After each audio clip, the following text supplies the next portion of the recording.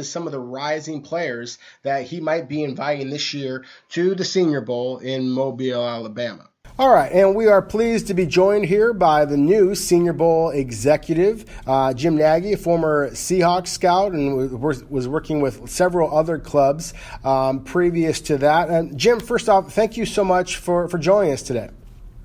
Yeah, Rob, thanks for having me on. I appreciate it. Yeah, no problem. And, I mentioned the Seahawks aspect of it. Of course, that's where you and I met is, outside of the VMAC and previously at the Senior Bowl where, of course, Scot McCloughan, my co-host as well. At the same time, the fact that you did work with the Seahawks, you worked with Paul Allen, the owner who, tragically passed away here on Monday of this week. And, I know from a guy who grew up in the Seattle area that Paul Allen had a huge impact, not only on sports, but just on general life all around the area. But he wasn't my employer. Can you just talk about a little bit from your perspective of what you saw of Paul Allen, not only as the owner of the Seattle Seahawks, but also just as a human being? Rob, I didn't get to, only spoke to him on a couple of occasions, and it was very brief.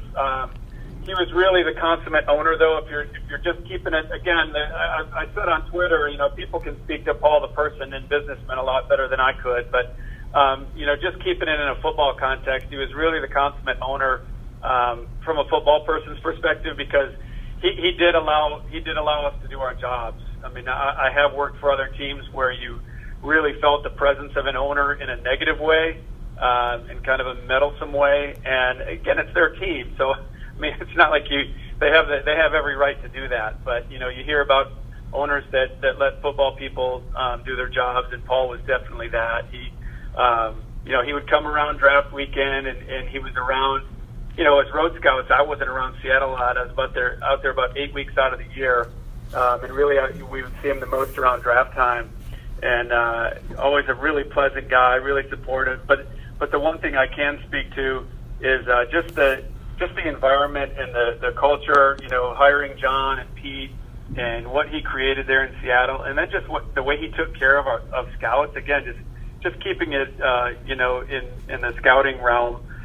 He really took care of us. The NFL, there's a pension plan for coaches and scouts, and over the years, there's been a lot of teams pull out of that pension, and it's really a huge perk for scouts.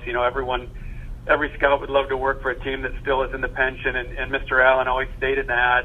They always paid at the top of the scale for the league. It's just a great place to work. I mean, that was the hardest part about leaving for the Senior Bowl job is that I was really probably in the best situation anyone could be in from a scouting perspective, working for John and Pete and then the culture that Mr. Allen had set. And it's a tragic loss I know it's a tragic loss for that Seattle area. No, it certainly is, and I certainly appreciate just your kind of insight. I mean, in all the years that I've covered the Seahawks and other local Seattle area sports teams, I mean, it's been a different level. What Paul Allen brought to the Seattle area as far as just his leadership and just how to conduct oneself.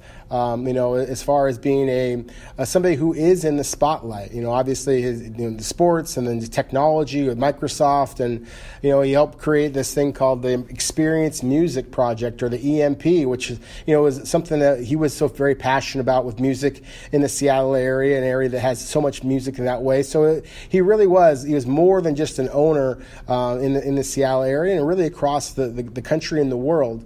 And so I appreciate your perspective in that regard. And speaking of your perspective, Jim, I mean, you've been doing the area scouting. I think it was, for almost 20 years there, and obviously now at the Senior Bowl, you're kind of going around and you're looking at some of the top players. And so I was surprised to see that Gardner Minshew, the quarterback at Washington State, a graduate transfer, who I thought that I was thinking that, not very many other people knew much about Minshew at this point, but I saw that he was named your Week 6 Offensive Senior Prospect of the Week. And what did you see from Minshew, as well as the defensive player, Jermaine Prata, intriguing linebacker for North Carolina State? Can you just talk a little bit about what you saw from Minshew and what you saw from Pratt, and basically how the whole Senior Bowl process has been going for you so far?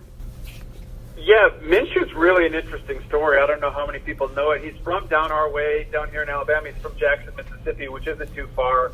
A friend of mine down here, David Morris, has a company called QB Country, and he trains kids from about 7th or 8th grade all the way up.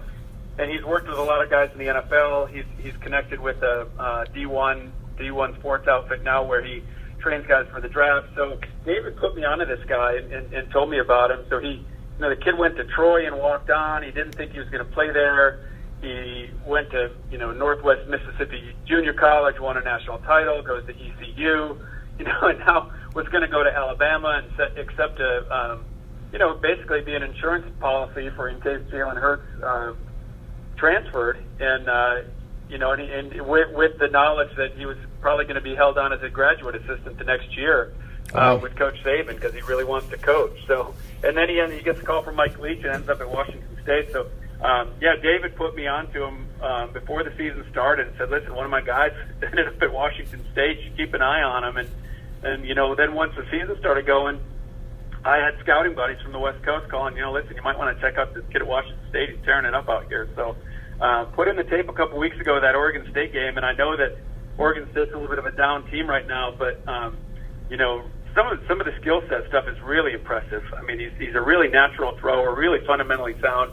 You can tell how well schooled he is. You can tell he looks like a guy that's been drilling stuff since he was a kid, like he's been with QB Country. So that stuff stood out. He's really accurate, even when his feet aren't right. A lot of guys need to have their feet right in order to be accurate.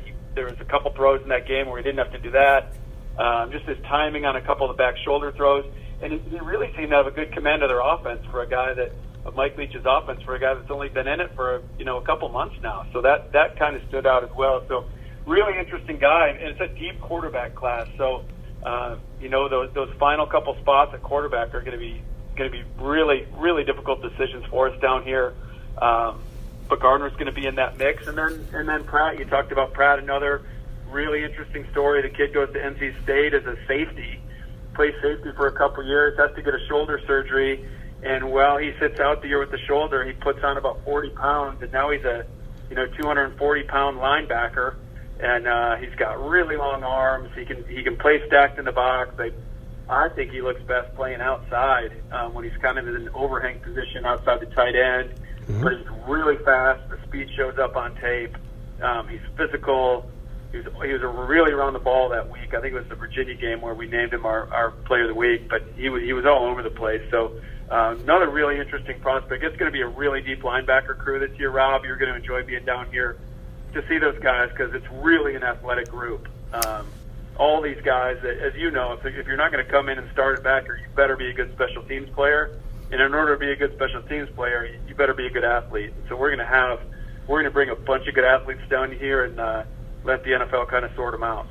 Well, and that's what I've always appreciated about the Senior Bowl and some of the other college all-star games I've had the opportunity to go to in the past is just the amount of work that it takes to whittle down a list. I mean, I saw on the SeniorBowl.com website that, your guys' initial list was, 374 players. And, to be able to whittle it down is a testament to you, Jim, as well as your staff. And so I'm kind of want to talk about that a little bit. I mean, I thought that Phil Savage did a terrific job in extending the Senior Bowl brand. I'm excited to see some of the ideas that you and your crew have. And let's just start right there. I mean, with the fact that you guys now have Senior Bowl scouts all across the country. I mean, if you're willing, can you give us some names and can you kind of tell us maybe where the connections you have with these folks and maybe some of the games that you might be looking forward to either this week or in the future? Yeah, I'm glad you brought that up, Rob, because I'm really proud of the staff that we've assembled. And so I've got 4 full-time guys that between the 4 of them have 69 years of experience in the league. So, Zach Boshin had been with the Browns for a long time. I think he'd been through six GM regime changes his time in Cleveland. And he lives down in the Bay Area, so he's going to games at Cal and Stanford, and he gets to San Jose and Fresno. We don't have a huge scouting budget. It's not like an NFL team. We just can't send guys driving all over the country and staying in hotels every night. So it's nice when we have proximity to big schools, and Zach's right there with all those Pac-12 schools going right through his backyard every week, which is great. And in the Midwest, we have a guy, Ryan Kesnick, who was with the Bears as a national scout the last few years. Ryan and I worked in Kansas City together. He lives in Madison, Wisconsin, and he's a short drive from Evanston. So he's at a bunch of Northwestern and Wisconsin games. Jim Yock's doing the Northeast for us. Jim was in the league 25 years. Wow.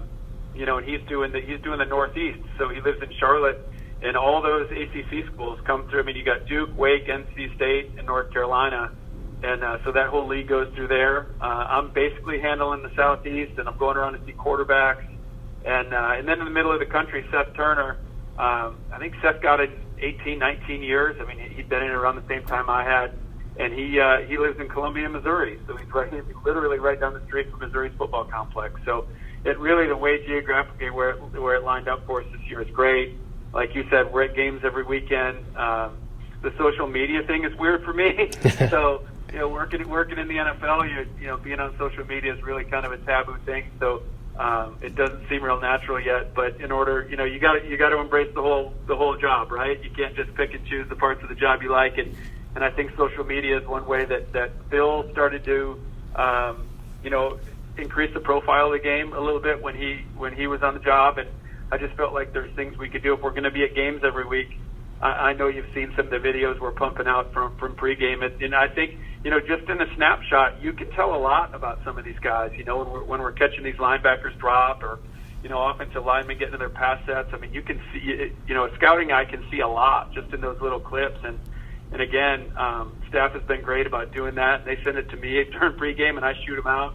And I think it's good for the fans, because if they come down to our game or they watch it on TV, they know who we've got our eye on. So that, some of these names won't be a surprise to them come January. They'll know who Corey Ballantyne is, the corner from Washburn, who we went and saw this week. So there's just things like that. But I'm really, I've got, and again, I'd be remiss not to mention, we have 2 scouting assistants that spent time in the NFL this past year. We got Jack Gilmore and Dante Farnoli, and they were with the Chiefs and the Bills. So, so we've got some young guys with some league experience, and they're doing a great job here in Mobile, helping me and getting out to games locally in the Southeast. So it's been a really cool process so far.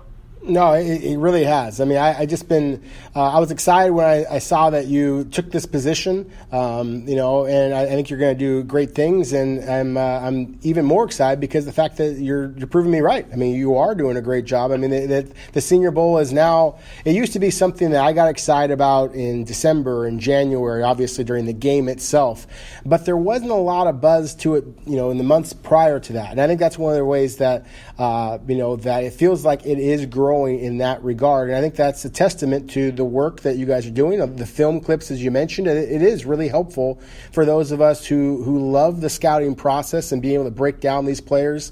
That just the little clips that you're sending out there, I think is hugely helpful for a lot of us who enjoy this process.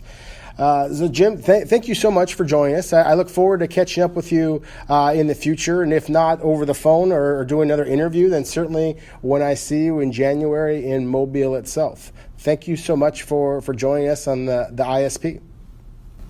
Yeah, Rob, thanks for having me on. Say hello to Scott for me, and I'll come on anytime, and we look forward to having you guys down here in January. It's going to be a blast. Sounds great. Thanks again, Jim. Okay, thanks, Rob. Now, Scott, as we just heard, new Senior Bowl executive Jim Nagy is growing on 2 prospects that we're going to see in 2 of the more interesting games this weekend in college football.